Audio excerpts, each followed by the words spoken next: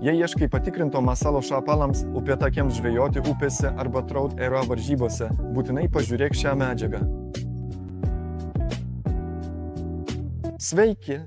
Mano vardas Hubertas, atstovauju Libre Lures komandai ir šiandien turiu malonumą pristatyti jums dar vieną mūsų masalą. Šiandien parodysime, kaip ją galima apginkluoti, kaip ją galima vesti, bet svarbiausia, papasakosime, kokias žuvis galima su ją sėkmingai pagauti. Pastaruoju metu pas mus pasirodė tikrai nemažai naujienų, tačiau šiandien noriu su jumis aptarti masalą, kuris vadinasi larva.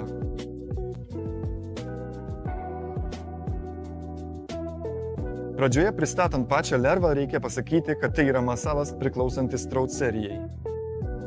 Trout serija yra specialiai skirta upėtakių, vaivorykštinių upėtakių ir visų šios žuvies atmainų žvejybai. Čia turime 20 patikrintų žuvų viliojančių spalvų, kurias visada galime pritaikyti prie sąlygų prie vandens. Ir kas yra geriausia šioje serijoje, be to, kad jos pagamintos iš specialios medžiagos, kuri tikrai patinka žuvims ir kai jos plaukia pro mūsų masalą, jos niekada nelieka abejingos šiai viliokliai, jos yra puikiai atkartotos.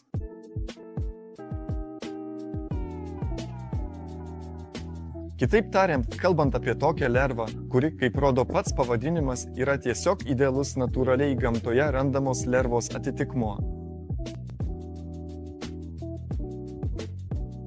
Kas yra smagu, kad šiuo atveju turime net 3 skirtingus lervos dydžius, pradedant nuo mažiausios 30, tada 35 ir didžiausio modelio 45.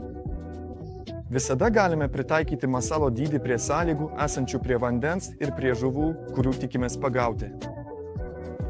Nors kalbame apie vieną modelį, kuris turi net 3 dydžio versijas, čia taip pat yra net 4 kvapų versijos, tarp kurių rasite ir bekvapį variantą, vadinamą noscent. Mano 2 mėgstamiausi – sūrio ir krilio kvapai. Jie visada puikiai pasiteisina upėse, taip pat yra česnako aromatas.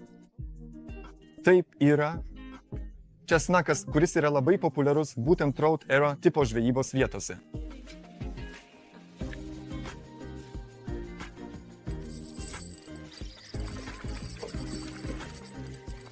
Jis sėdi.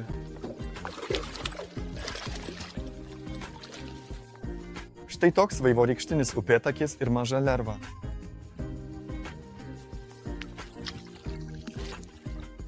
O čia jau turime iš stiklainio ištrauktą 35 lervą. Pažiūrėkite į tuos smulkiausius šios masalo detalių apdirbimus. Ji yra nepaprastai efektyvi, bet svarbiausia – labai universali. Ką turiu omenyje? Kai žvejoju upėse, naudoju patį paprasčiausią masalo užvėrimą, kurį tuo jums parodysiu, kad masalas visiškai nedarytų jokių nereikalingų judesių.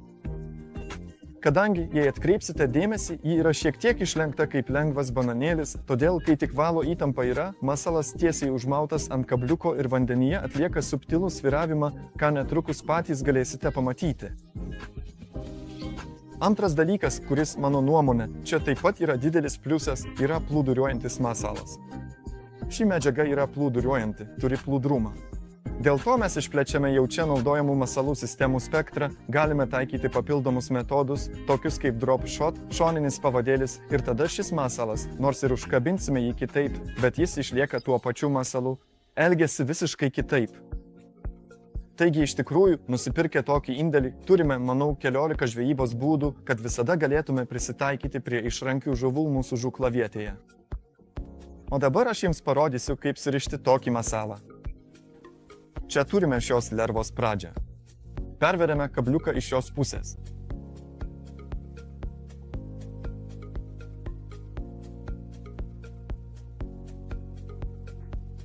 Ir viskas paruošta. Taip užkabinta lerva gana stipriai judės vandenyje, net ir tolygiai traukiant. Pažiūrėkime, kaip tai atrodo vandenyje.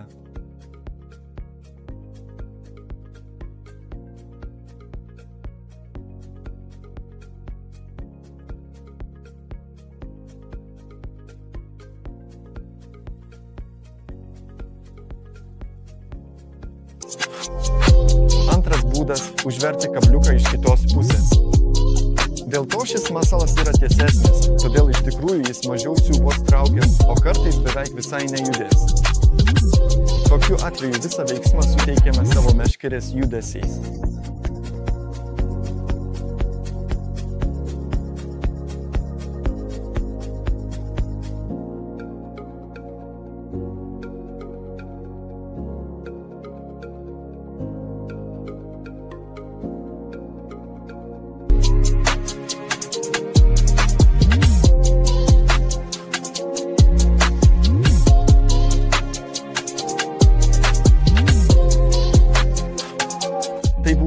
pagrindiniai mano naudojami lervos užkabinimo būdai.